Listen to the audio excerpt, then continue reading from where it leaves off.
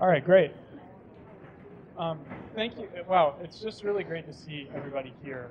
So I'm Spence Green. I'm the CEO of Lilt. And some of you have been at the localization conferences this week, so you're kind of tired, and I'm grateful that you all showed up. Maybe the free beer helped a little bit too. Yeah. So I want to tell you a little bit, just offer a few remarks and then get into the panel discussions. So a couple of people have asked me kind of what this night is about, and I think that relates to why John and I started the company, which was, first of all, we kind of thought that the future was richer and more exciting if everyone could communicate in their own language. And so that meant working on technologies to make that a reality. And sort of related to that, when we, back when we started working on machine translation together, 100 years ago or whenever it was, at that time, MT and technology was just really not used that much in the translation industry. So this was back around 2010, 2011.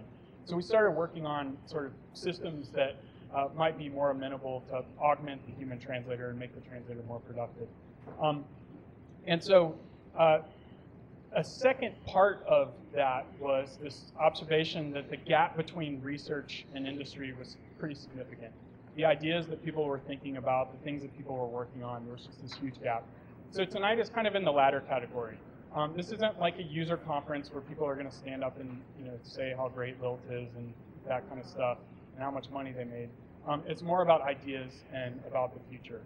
So we've got some people here who are working on the cutting edge of technology and some people who are sort of pushing the boundaries in the enterprise as well.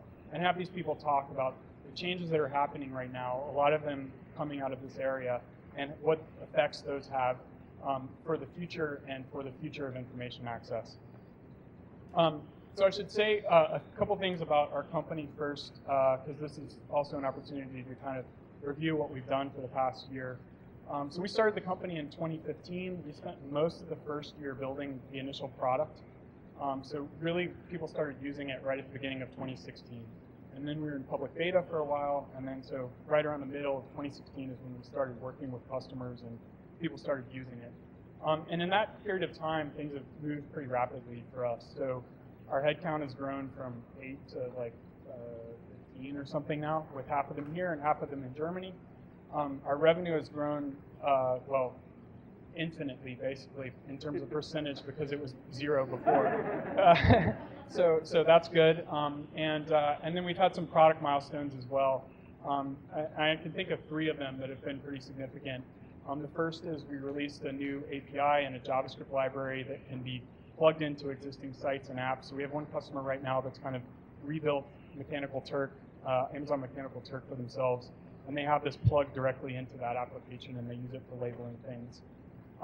We also released recently the latest version of our translation environment. It's actually the 4th generation environment that we've built. So we built a couple research versions starting in 2011, and then this is the 2nd major version that we've built as a commercial company. And then finally, the most recent change is we released the first neural adaptive machine translation system on Wednesday.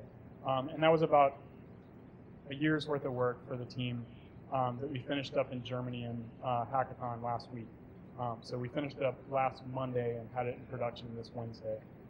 So it's been a hectic time for us, and this is kind of the end of a pretty long march of about a year for us.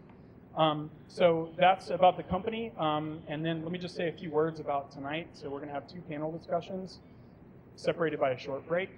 In the panel discussions, people will talk for about 45 minutes, and then we'll leave time for questions, about 10 or 15 minutes. And we'll have 2 moderators. We're actually going to invert the order that you see in your program. So there's one technology-focused panel, and there's a business-focused panel.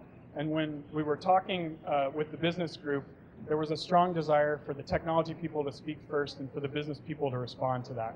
So that's what's going to happen. So I think I don't have any, we'll have those 2 panel discussions. We'll finish up around 10, and then you're welcome to stay and enjoy the food and drinks until you're ready to leave. So without further ado, I'll invite Arl Lummel to the stage. So Arl is a senior analyst at Common Sense Advisory, which is the sort of industry think tank. Arl holds a PhD in folklorics. Yeah, folkloric. Wow. It's an interesting field. from Indiana Bloomington. Before he was at Common Sense Advisory, he worked at DFKI on localization standards and on translation quality. So you might know him from like MQM and QT21 if you've heard of those projects. And I recently found out that Oral plays the bagpipes, which he was doing at the conference just now, which was quite extraordinary. So we'll invite all the other panelists to come and join us. I think that's Franz and Rob, Melvin. And we have one more microphone. You've got that. Okay. And Kate.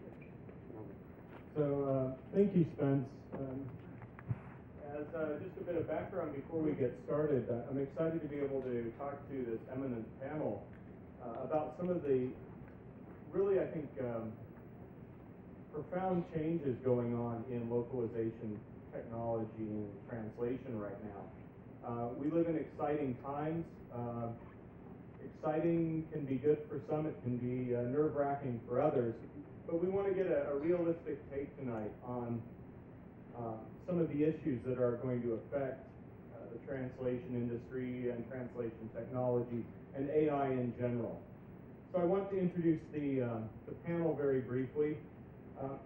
To my right, we have Franz Oak, who was formerly the chief architect of Google Translate, or as I told him, he was Mr. Google Translate, who really led that project that's now synonymous with translation for many people.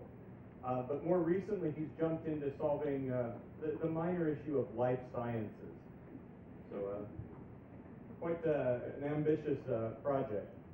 Okay, next to him we have Robert Monroe, who Stanford PhD, and he's VP of Machine Learning at Crowdflower.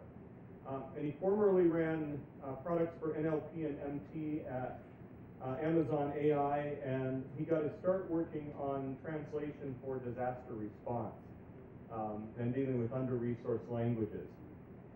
Okay, then we have Melvin Johnson, who is a software engineer working in the Google Translate project, but he's particularly well known for having written the article on zero-shot translation. And if you don't know what that is, I'm sure we'll hear some more about it, but it's, in my mind, one of the most exciting developments in machine translation with tremendous potential. And last but certainly not least, we have Katie Botkin from Multilingual Magazine, who's going to bring in the perspective of someone who's intimately involved with covering these developments and who can comment on some of the press coverage and other issues. Okay, so with that, I'm going to pose the first question, which is really aimed at Franz, but we invite any of the panelists to comment. So, Franz, we look right now, and it looks like maybe there's a hype bubble around MT. We're seeing New York Times articles about it. It's become front-page news. How does this compare to some of the previous bubbles around MT, such as the ones we saw in the 1990s and then the SMT bubble in the 2000s? Is this different in kind, or do you see it as going further? How would you characterize it?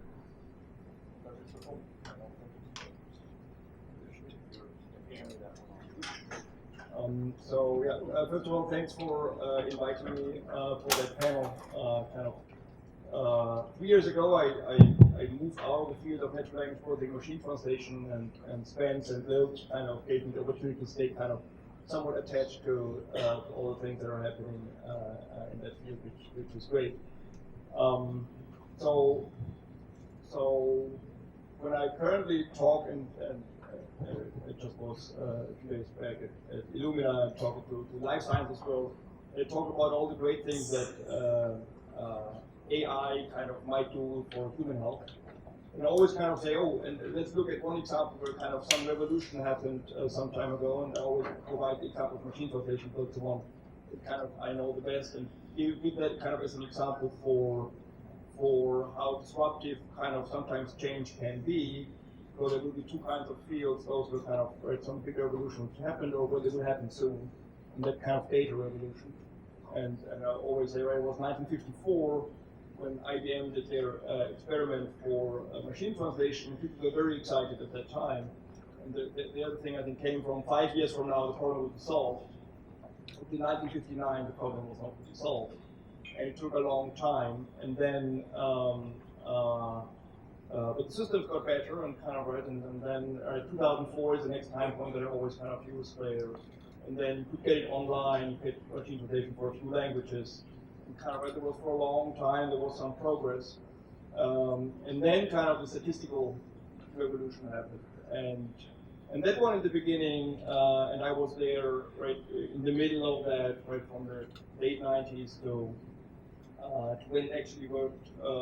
And there at that time, actually, most people said, "Oh, this is crazy, this can't work," and all that. And then at some point it did, and hundreds of millions of people are using machine translation now on an ongoing basis, and we are getting for 100+ languages. And so at that time the revolution happened. People, it's not going to work, and it worked. And now actually everybody is super excited, and there's the next kind of big thing. So 2014 is always my next thing, and then in the last 3 years we saw the kind of next revolution. I think truly kind of machine translation got really exciting again in the sense of there are truly significant improvements, and it's ongoing, and it's not entirely clear kind of where that will end. But it's usually kind of there's that thing with some people say, oh, it's kind of just another, and MT won't really be human quality, and other people say, oh, right, it's kind of the revolution is so close, and we don't need human translators anymore, and all the universities will be different. In human health, kind of there's a similar thing where people say, oh, what will AI do? Will we need doctors again? And I think the answer in the foreseeable future always will be there's a frontier between what machines can do and what humans can do. And it's an exciting time that this is kind of shifting, and that will change lots of things. But for the foreseeable future, I think the thing will be augmented intelligence, and the answer will be somewhere in between these extremes. For machine translation, that's if you really want to get very high quality translation, you want to do that. If you don't need that, MT will get better and better and serve your needs. And in human health, I think it will be similar. It will be the doctor together with a intelligent system interpreting all the data, and that will be in, I think, many places in all those places which basically artificial intelligence is kind of changing right now. There will be big changes, but humans will have remaining portfolio. Thank you. Okay. I think we lost both. Can you hear either microphone? Okay, this should be on. Okay. Anybody else want to comment on this issue about whether this is different in kind, or should we go on? Okay. All right. Then the next question is aimed at you, Rob. So at CSA, where I work, we talk a lot about augmented translation, and Franz just talked about augmented intelligence. And this is a view in which MT, rather than replacing humans, serves as an aid to make humans more productive and work with their strengths. So, Rob, do you see augmentation as a stopgap on the way to some sort of strong AI that has solved the language problem, so to speak? Or is augmentation a long-term approach in its own right? And how do you see MT as similar or different from, this appears to be dead. Okay, how do you see it as similar to or different from other AI applications such as autonomous vehicles or data mining? Yeah, is this okay? This one seems to be working. All right, I'll project my voice if it helps out. I really like the characterization of this space as augmented intelligence. Like, I would love to be in a world where we have enough data and resources that all 7,000 languages could be processed and translated and understood perfectly by AI. I think that's really unlikely. That's not going to happen, especially for the very long tail of minority languages. So I'm an AI person for the most part. One of the things I really like about coming to communities like this is that a lot of you got your start in the same way that I did, in that you got exposed to like incredible diversities of language. And that's what inspired you to go into translation or interpretation or localization, because you saw the diversity of human communication and how underserved most people were. So in my part, I was working in refugee camps in West Africa for the United Nations, knowing that like a lot of the languages spoken there, even basic things like spam detection didn't work, like search engines didn't work in a lot of these languages. But there I am in like one of the poorest countries in the world, like in Liberia or Sierra Leone, in one of the poorest counties, in a rural area, and I have 5 bars of cell phone reception on my phone, which I don't get here. and this was a while ago. So it's almost like we saved solved the problem of connecting people, but we didn't do that. The second part of helping them to communicate with each other. And so I think for a very long time, we're safely going to preserve our jobs. And that the best way to communicate are going to be ways in which we can combine human expertise and augment that with AI. And so this has been a lot of my career to date. So I've done a lot of work in disaster response, so very quickly going into areas like Haiti after an earthquake in 2010, Pakistan after floods later that year, working across the Middle East during the Arab Spring, more recently doing work in tracking the Ebola outbreak back in West Africa where I live, where for these dozens of languages, there are no resources whatsoever, like Google Translate or Bing Translate, or certainly internally at Amazon where I previously worked. These languages didn't exist in our translation stack. And so we had to build from scratch technologies that took the multilingual speakers, generated the parallel data, and were able to build translation services or just categorization services to say what's time critical, what's not for this particular language, so that we could make sure that we could pull the actionable information out that the disaster response professionals wanted to work with. So working in similar areas in health, so it's great to hear that some of the smartest people in our field are now turning their attention that way. But ultimately, I feel that with the very long tail of languages, we're barely scratching the surface. And it's a problem because, at least for a lot of statistical MT, and for some, but not all, recent neural MT, you needed increasingly more training data, more parallel corpora, in order to create the models to get even reasonable quality.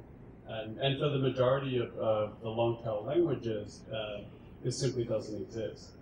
So I think the most exciting advances are going to be those where we can, still with humans, adapt these particular AI models to work in low resource languages with as few data points as possible. Thank you. Working that. Okay, so the next question I had was for Melvin, and I think actually, Rob, your answer there is a perfect lead-in, because I want to ask you about zero-shot translation, and what does it actually mean? Oh, sorry. I'm sorry, I won't keep microphone so people will hear me. I will wait for my question until the end, but we're talking about baseline. Can you give the difference between augmented translation and EMT? Okay, you want to take a stab, or I can? Sure, I'll repeat the question. So it was, what is the difference between augmented translation and, actually I missed the second one. Post-edited MT. Oh wow, like Spence is like the global expert on what the difference is. Maybe he should Save it for the end. Yeah, we can save it for the end. I'm gonna butcher this. The short answer is that post-edited would be one form of augmented MT. My fellow panelists are welcome to disagree with me. I'd say the difference is post-edited MT is you get a bunch of stuff out of the MT engine and you fix it. In an augmented approach, you're using adaptive MT where you get it just in time and you fix it and it's already learning from you, so that if it's see the same thing 2 segments later, it's already learned and addressed it. Is EMT with self-propagation and update? Well, and it treats the MT a little bit different. It treats it as suggestions for the translator, but the translator is functioning as a human translator, so it's a bit different, but there is similarity. So let me give it a shot, maybe a slightly different angle to it. So at least from my perspective, I think it might just be different.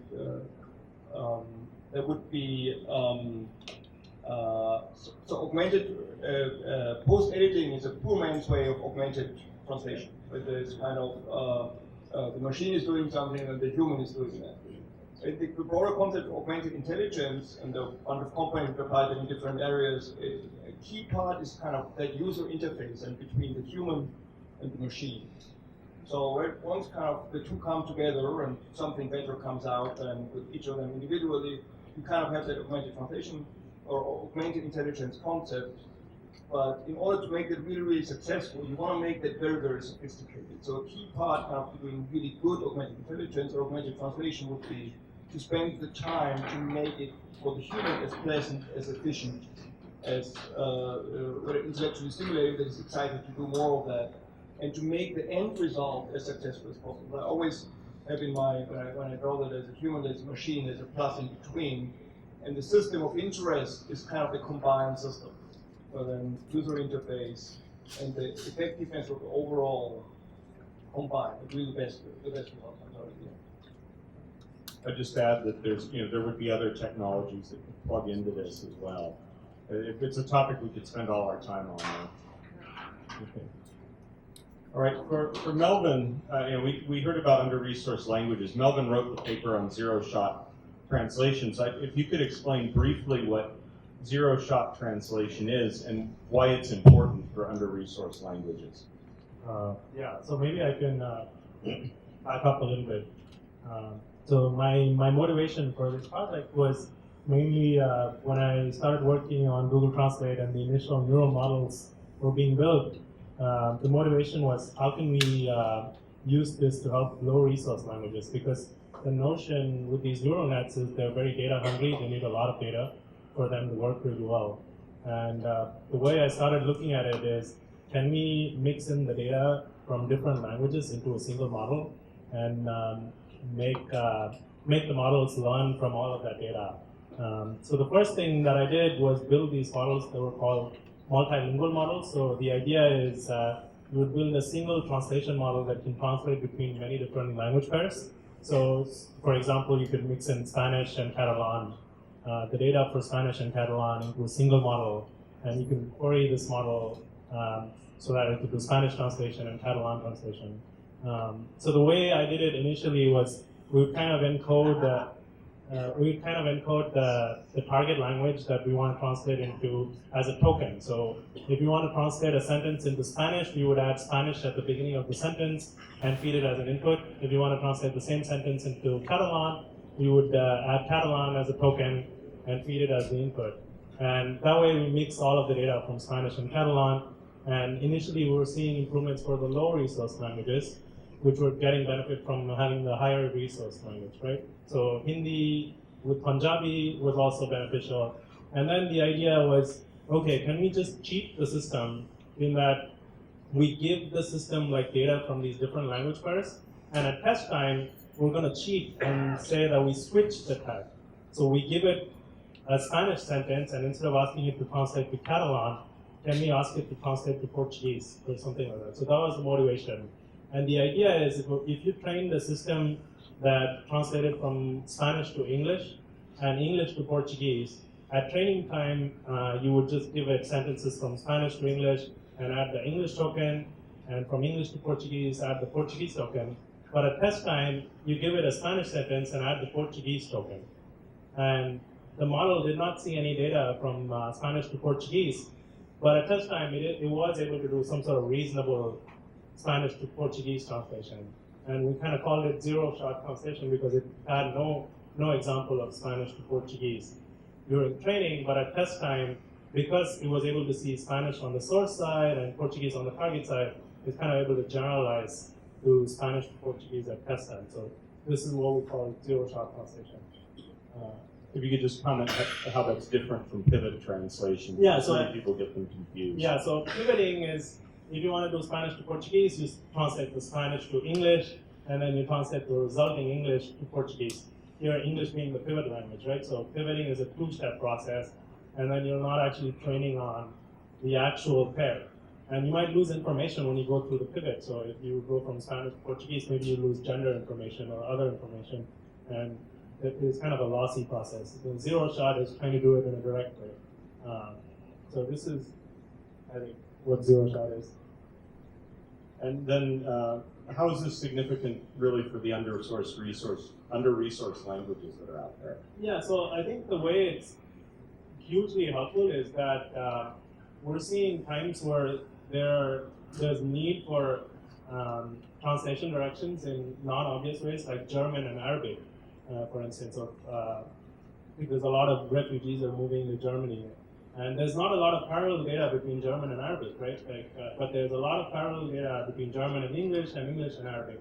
So if we could build these systems, these multilingual systems, and try to do zero-shot translation to German to Arabic, that would be hugely beneficial. And the good thing about the zero-shot translation is you can do this sort of naive generalization, and with very little data, you can get better than pivot-based translation. So it's already better.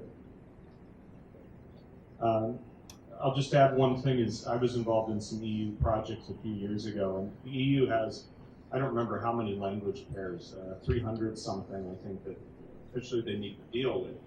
And they were faced with this problem that if you want to do, say, Finnish to Greek, you couldn't do it, even though in theory the Finnish person in Greece has the right to go to a Greek police station and lodge a complaint in Finnish.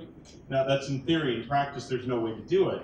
So they were very interested in can we build MT models and engines that would handle that, and they were going to use Pivot, but now first they see the zero-shot stuff, and this is hugely exciting for them.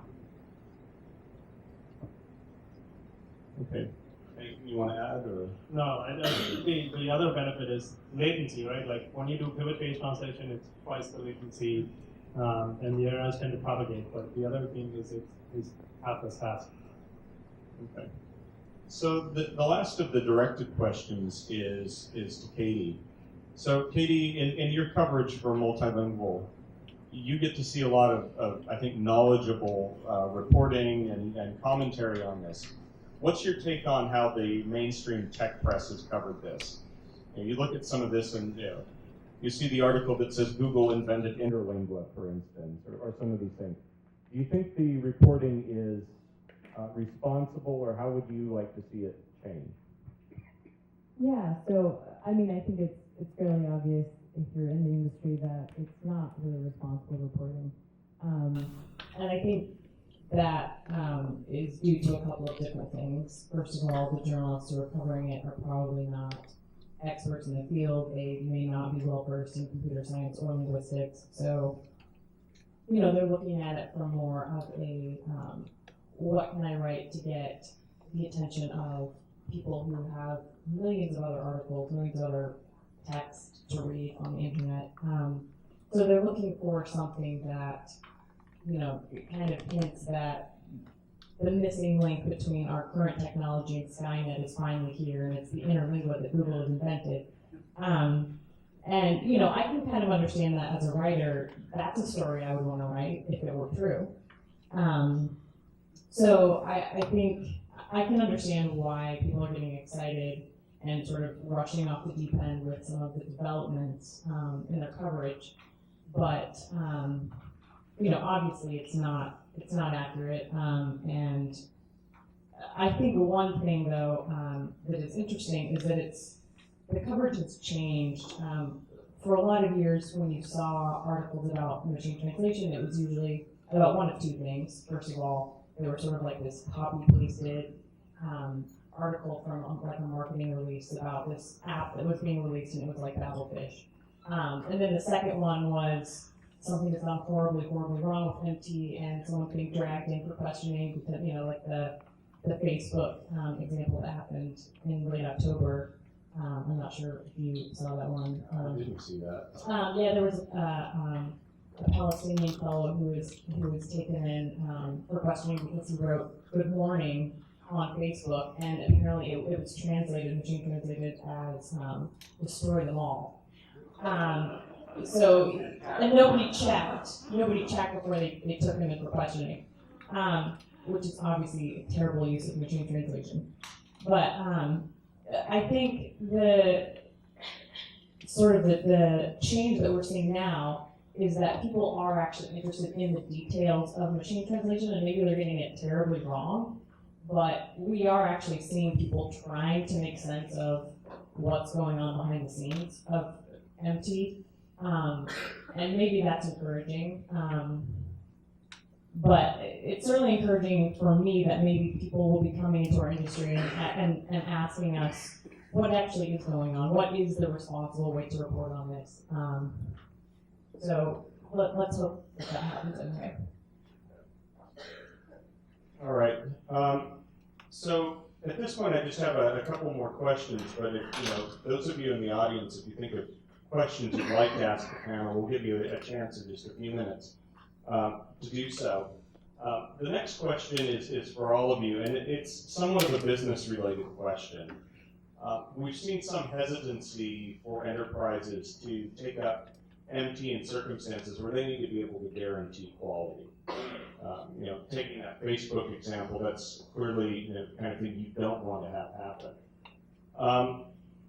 So we need to have predictions that can be grounded quality measures. And by grounded quality measures, I mean they actually relate to something measurable that can be ascertained and verified. And so we get something that isn't like some of the MT research, some number where they say, oh, this has got a blue score of 40. Well, what does it mean? We don't know. Or some of the cases where you get a bunch of students and have them write sentences that may not even be in their native language. Is there a way that we can achieve this? And of course, it's a general problem in machine learning. And current generation MT struggles with this. Although we've seen some work like Lucia Spazia's work at Sheffield with quality estimation. So, to those of you on the panel, do you see any way that MT could meet these requirements or quality guarantees to make it more useful in enterprise scenarios? I think one of the problems with NMT actually is that it's too fluent and it hides some of the issues that it has. Like if you go to Google Translate and type some random characters, you get totally out on the other side, like you get complete sentences. So this is a really hard problem that I think we need to address, and I feel that there are many different types of researchers trying to address it. Like one of the examples that I know about is like Booking.com. When they built their NLP system, they have a classifier that just says, oh, is this translation business critical to us or not? And when this says, oh, this is an address, so we shouldn't make a mistake when trying to translate this, that's one way of making sure that you don't make critical mistakes. But I don't see a more complete way yet. Yeah, I mean, I think one thing that really differentiates productized MT from other AI applications in language is exposing how confident the model is in a given translation. It's really want to productize something and guarantee a certain level of accuracy. Most machine learning models will have a really good idea of how accurate they are. So they'll say, I'm 70% confident that this translation is correct, or 99% confident. And that's really useful for a product standpoint. So I bet that the translation that translated good morning to destroy them all was super confident out of that model. But that information wasn't exposed. And it's definitely a complete outlier there. If you look at any of the major APIs for other kinds of language technology tasks, like sentiment analysis or entity extraction or relation extraction, by default, they all ship, where they'll give you back their analysis of the language plus the machine learning confidence in that analysis. And MT is the one exception, where typically you don't get back that confidence in the translation, and you don't get the potential alternate translations. So you're not saying here are like the top 5 translations and different confidences. And a lot of these times these exist in the technology, and it's been a product decision not to expose those. So I think that could go a long way towards addressing it. So real hard guarantees, I think, will be very, very hard to do. So even humans make mistakes, and so I think it will always be that somewhat statistical nature of that mistakes can happen, and so that because of work on these confidence measures. And it seems to be very tricky to kind of really effectively use them. So my expectation is that for the foreseeable future, if people need guarantees, then the best thing to do is basically put a human in the loop, which means, right, pure MT will make mistakes, and even right, if you look at other areas like image recognition, where there's adversarial training models where you can make any image kind of imperceptibly different, and it will be classified reliably as an ostrich. And so it is at this point, all these systems can make crazy mistakes. What people work on is make this rarer and rarer, and hopefully models will improve. But I think it will be very, very hard to get real guarantees. And the quality needs to be really good, I guess, at least for now, humans. Okay, as an example, a couple of years back, I was using an experimental system from Edinburgh, and it had, I was using it from English to German, and it had the number 1865, and it told me with 100% confidence the translation was Deutsches und Gallisches Königreich. So the German-Hungarian empire or kingdom or something like that. So what this told us was that there was some bad data in there, and it had probably misaligned or something. But you know, that's an example of where the guarantee wouldn't work. Okay. Yeah, I can't speak to a particular system, but that sounds like a terrible alignment. In general, if any AI system is telling you something with 100% accuracy, that hasn't been built correctly. It should always be something less than that. All right, so the next question I have before we open it to the floor is sort of the big question that many people have. So we're looking at neural machine translation. It seems to be on an upward trajectory. We don't know when it's going to plateau. What does this mean for demand for human translation, and also critically prices for human translation? Are we going to see translators in breadlines or something?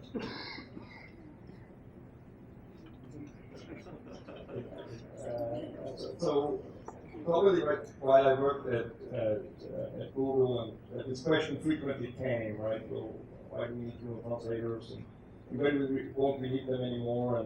And you're destroying the livelihood of so many people.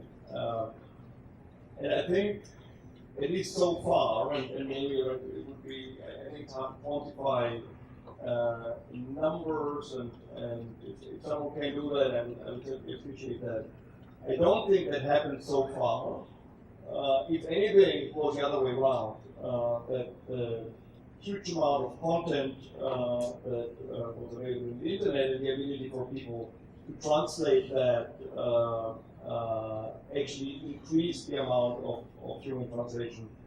And most of the translation that happened there, obviously, or currently happens with Google Translate or any of these systems, it wouldn't have otherwise happened with a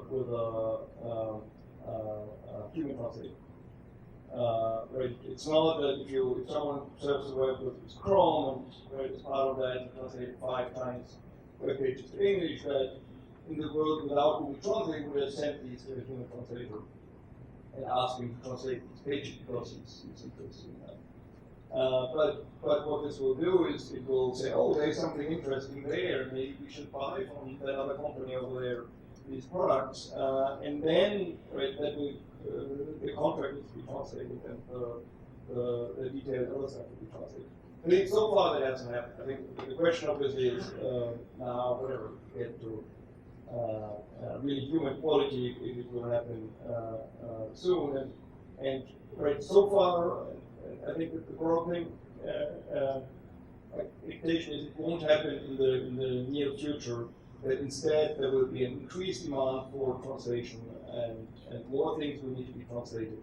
And the quality guarantee that some people have in their translation, right? If you sign that contract, you want to make sure whatever you sign, and you truly understand that will actually just anything increase it in translation. Needs what will happen, whatever. 10 years from now or 20 years from now, I think it will be very, very hard to predict, but I don't think in the near term it's likely. Yeah, I'd agree totally. And this question is being asked across all of AI right now. So in the medical domain, people are asking, well, okay, now that we are seeing our first AI models, which are more accurate than medical experts, are we going to be in a world where we don't have any doctors? And I would love to be in that world. I would love to not need doctors because AI was so good that across all of the world, especially less resource paths, we could just deploy automated physicians and not have to worry. That's not going to happen. In the medical domain, it really is about augmenting the doctor's work, the physician's work, or the healthcare, and letting them concentrate on the things which rely most on their expertise and automating the more mundane parts. And I think the same is going to be absolutely true of like translation, interpretation, and localization industry. Things are going to be automated, not experientially that different from the way translation memory has been used for a very long time already. But yeah, I'd agree entirely. Like, this is a chance to open up more markets initially with things like machine translation. So, get the first version of your startup's website in 50 languages, which you could never afford to do previously, potentially find new markets in those languages. And then that's opening up the possibility for human-based localization of high quality. So I think it's, I'd love to live in a world where with self-translation for all the world's languages automatically. That's not going to happen. And I think it's just as likely that machine translation could be a foot in the door to expand the opportunities rather than reduce them. I think one of the things that we need to realize is with MMP, I think Franz wrote in a paper that said more data is better, or more data is good data, something like that. But right now we're starting to realize that more data that is clean is good. And the more misaligned data or bad data that you have, it hurts these neural network-based systems, right? So there is a need for more high-quality translations, and of course we need humans that can provide us good training data. And I think there's going to be a huge demand for more high-quality human translations for MPO. So, no word no. Throughout my tenure at Multilingual, I've heard this question asked quite a bit, and the answer has always been the same, kind of as our other panelists have mentioned. There's always going to be a need for human translation, at least for the foreseeable future. Are we going to get to a point where Skynet does take over and we need nothing other than AI? Probably not. That's at least my opinion of the subject. I'll just add with the Skynet theme, one of my former colleagues at the AI in Berlin was on a panel in the German press and pointed out that contrary to what you see with Elon Musk and others saying, we're going to have Skynet right around the corner, today what we see are AIs that can drive cars, and we see AIs that can play chess, but we don't see a chess-playing AI that can drive a car. These things tend to be very narrowly focused, and this idea that we're going to find a super intelligence that has all the world knowledge and understanding needed to take over for human translation, we don't even know how we get there. I mean, maybe it's possible, but we don't have a roadmap for how we even approach it, much less in a very short time frame. Just one thing to add. So that said, I think one thing is to say that we may need for humans in that if likely will increase. I think the other thing that certainly I would expect is that it's a constant change in the frontier between what a human does and what the machine does. And so that would mean it would still be hugely disruptive. That the world is increasingly changing, and what specifically then a translator would do might change significantly. And I'm certainly right for many of these things, all the things which AI is kind of having a big influence. It's that augmented intelligence concept. And because machines are getting much better at things we just couldn't do at all, 5 years ago, or 10 years ago, or 15 years ago. And now they're really good at that. That this will really change kind of how does it look like between 9 a.m. and 5 p.m. and what people do. So I think there's a need, but kind of what specifically happens there, and maybe even to some extent what kind of expertise is very, very important. That it's likely to change in many of these areas, including translation. Okay. Rob? Yeah, I'd love to add to that. I really like the analogy of chess. So, chess was obviously solved by AI much faster than other examples, but I like it for two reasons. One, that the most famous person to lose to AI in chess, Garry Kasparov, when he lost to Deep Blue, right? Deep Blue, yeah. He is now the biggest proponent of chess, which combines AI and humans. So it's all just, I think it's called Trojan chess, where you're using, basically it's augmented AI, right? It's for chess.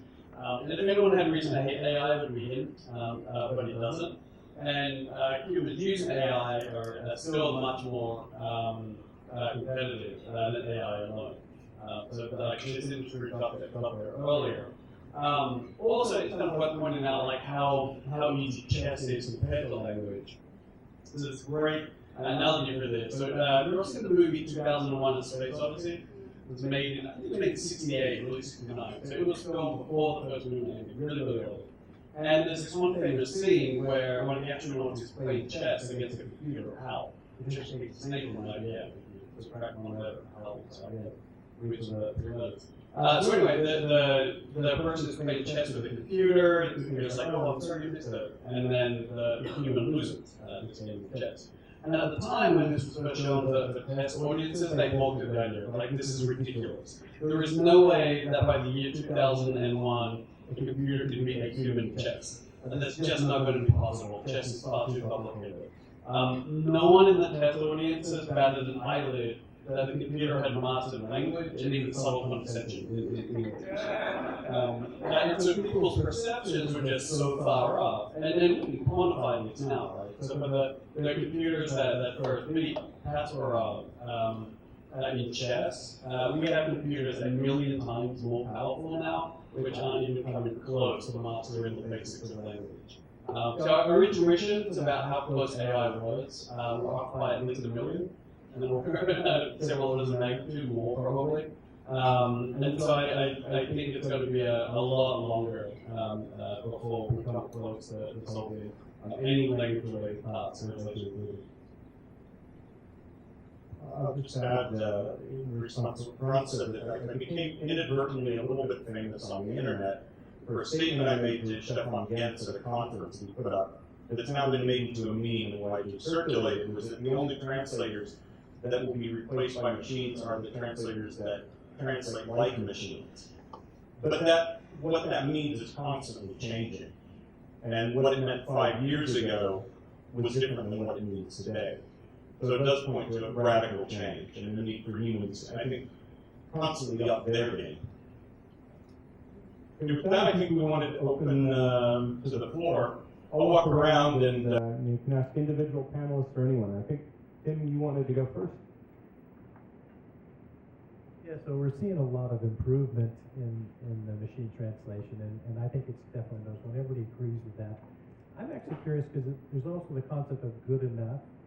Is there, from your experience and the things that you see and what you're dealing with and the work you have done, are there domains, are there content, are there work that you feel computers can do good enough work? And what would those areas be?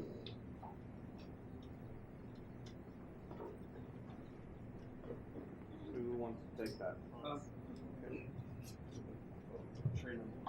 So just for my own translation needs, for anything I do, machine translation actually is good enough. So for my own private kind of personal, I haven't yet found the need to say, oh, I need this translated by a human and send it in. So I think there's a huge amount of translation. I think I calculated once to be in 1 day there's as much machine translation as human translation per year. And people are doing that because but they get some value out of that. And so for those kinds of needs, it's good enough. It's good enough to also think. In some sense, what's happening there is kind of all an augmented translation. So that person reading a slightly garbled machine translation in his head does a kind of, oh, okay, that's what it means. But there's no extra layer in between that applies more kind of translator knowledge to that. So I think in that sense, there's a huge amount of good enough. Like for specific domains where it otherwise would just work perfectly, I don't know. Some other people have. Yeah, I see a lot of use cases where machine translation is good enough, and there are all use cases where you wouldn't otherwise use human translation. So things like search and analytics. So let's say you're a marketing company, you work in sports, you care about basketball, and you've got a good model that can do sentiment analysis across different languages, and you just want to see on social media what the sentiment around basketball is before after some scandal across the world. So machine translation is good enough to translate the word basketball in isolation, even if it might garble the sentences. And so that plus sentiment analysis really quickly can show you in different parts of the world what the sentiment is towards a particular word or phrase. And this could be across millions or tens of millions of social media posts. The value of that might be in the tens or hundreds of dollars to this marketing analyst. So certainly something that you would never think to get a human to translate, but that just good enough translation really does give them a better view globally across the language set that they care about. And I think this is one example of something positive because it really can help people like this understand different markets, understand that there's signal and interest across languages that they would otherwise be in the dark about. It could lead to better opportunities for translation.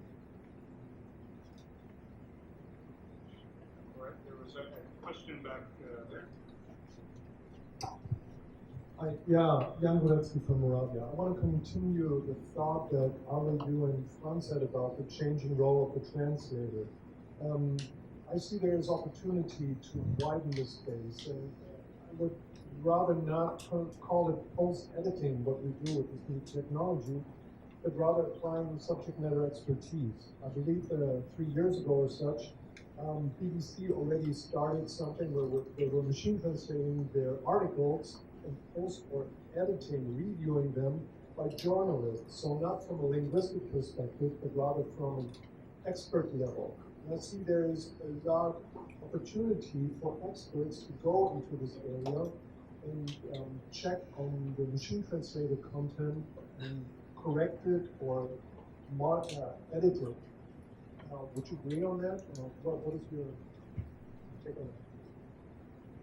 So yeah, I think that actually makes lots of sense to me. That then certainly if for articles and in the newspaper world that a subject matter expert can clean up a translation and make it really an interesting article in that language very, very well, which would then be something that goes beyond just doing a translation, but using that content to create something that's appropriate there, and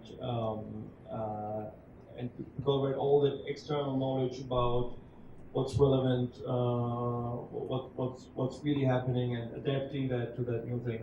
I think it makes lots of sense. And yeah, it's kind of broader than just translation, but you want to bring as much of that kind of human intelligence in, whether it relates to the linguistic side and getting appropriate translation, or creating content that's appropriate for the target audience. Yeah, I would just add to that. That's just a great question. I think this is the most important problem that we're solving right now in AI in general. What does the right interface look like between AI and humans going forward? Like, what's that boundary of computer interaction and artificial intelligence? Super nascent field. We all know it's going to look different, and that done right, it's going to have a much better user experience for the people involved. But it's really early days for that.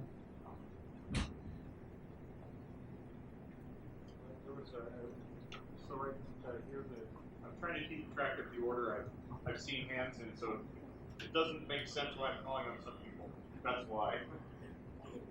I looked at Lockworld yesterday. We had a brief presentation from Translators Without Borders, and they talked to us about the crisis with refugees from Myanmar going into Bangladesh, and their challenge is finding interpreters for the language.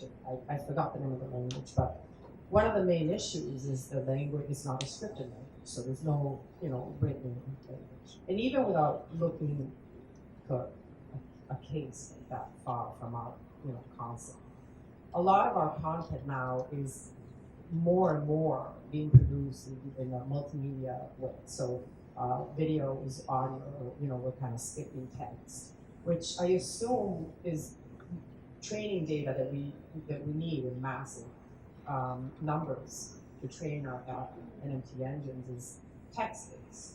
Do we use already also, video, audio? Are we going to? Are we working on it? No, I think that's a great question. I think the next thing that we want to do is to be able to do speech translation, right? To use all of the data we have for speech recognition and all of the data we have for machine translation.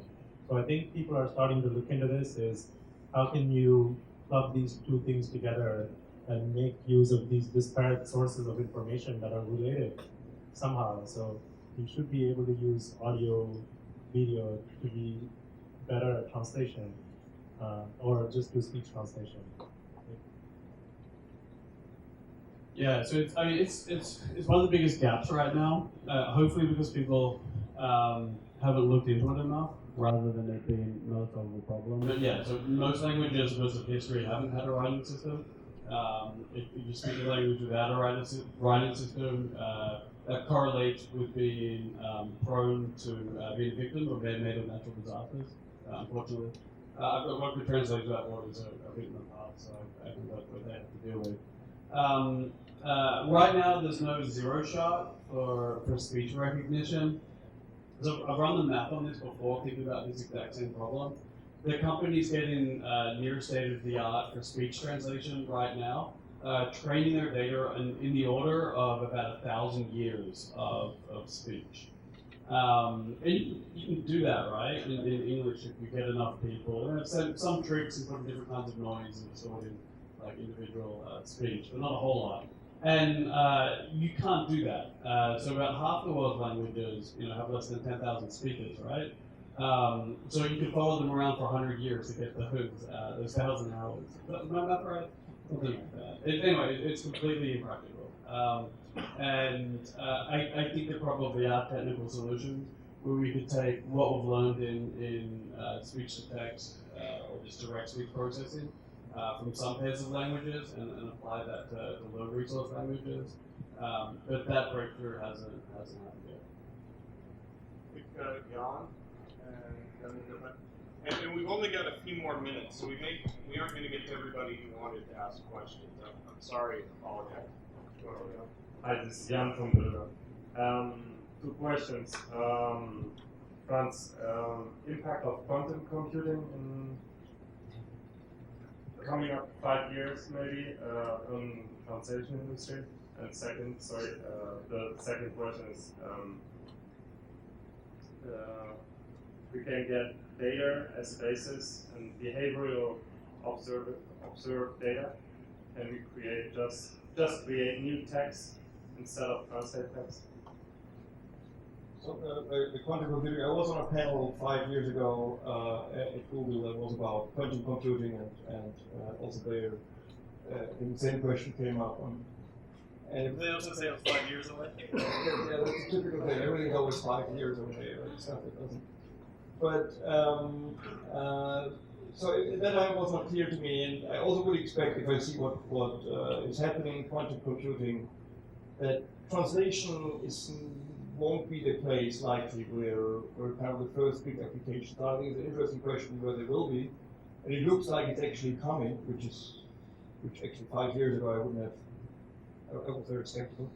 But most likely, I think it will be in other areas, just because the amount of information that you can encode there. The nature of the problem of translation, I think, is just a different one than where the very first quantum computers will be useful for.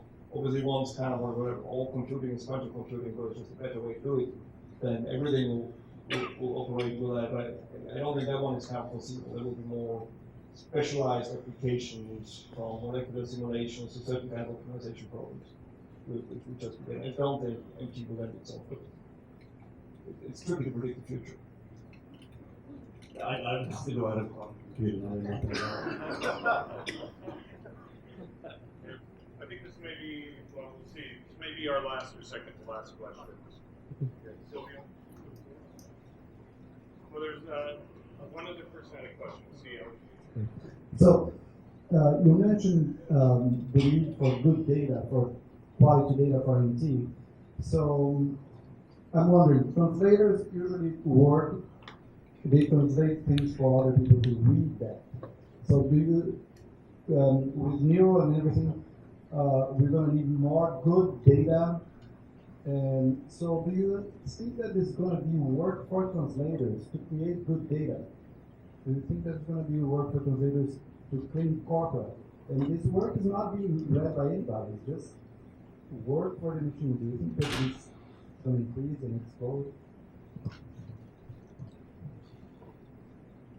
I think I missed the last part of the question, but if you ask, yeah, I think that there is a need for high quality data, and there's also this this realization that bad data, like we worked on count-based systems, right? In phrase-based, we have counts of how many times we saw this word translated to this word, but we're not in the count-based world anymore. Like even if you saw one bad example of this specific phrase being translated to this unrelated thing, the system will pick it up, and if someone put that in, it would give out the nonsense, right? So we're starting to realize that we need to clean bad data, and we also need high quality data that covers all sorts of things that you see from users, like punctuation. The systems are very sensitive to punctuation and casing and things like that. Yeah, I'd agree with that. One area that differs a little is that monolingual data can be really useful for machine learning. So simply having good examples of what the output should look like to build a language model in a target language for translation. So that can expand the people that can contribute. Same with text-to-speech and speech-to-text. So that's something that my current company, Craftlaw, does a lot. Specifically for, are we recording this? It's going to go out in the Yes. Yes? Okay. So for a very popular personal assistant on your phone or one that you might have in your house, for companies like this, when people will speak to, we know what kind of text they might say. So we'll employ people to read this text and speak it, and we collect data that way. So another form of monolingual data collection. We have one last question. Last question, I'll try and be really quick. I'm Amy from Building. I know we've moved on a hell of a lot in regards to advancing technology, not only machine translation, AI, and other translating technology in general, but you also have to admit that generally the last 20, 30 years have become as a society a lot more global. You can travel a lot easier for a lot less now. Access to education has advanced a hell of a lot more, access to the internet. So with that, we're becoming much more global. So do you think at some point, maybe, I don't know how long down the line, but at some point, AI and all this machine translation will kind of be for nothing in regards to translation, because using it for those translation purposes, because at some point we will all evolve to be a lot more at ease with second, third language, and have less need for translation. Man, I'd hope so. At the very least, you can say that's not the current trend. We're losing a lot of endangered and smaller business languages, but for the most part, we're actually losing them. The official word in linguistics is killer language. I don't mean words with it. But the killer languages tend to be other local languages. There's not that big a move to global languages. English has been fairly consistent at 5% of first language for a very long time. So at least, yeah, I don't know what the future looks like, but the current trend is not that this need will go away.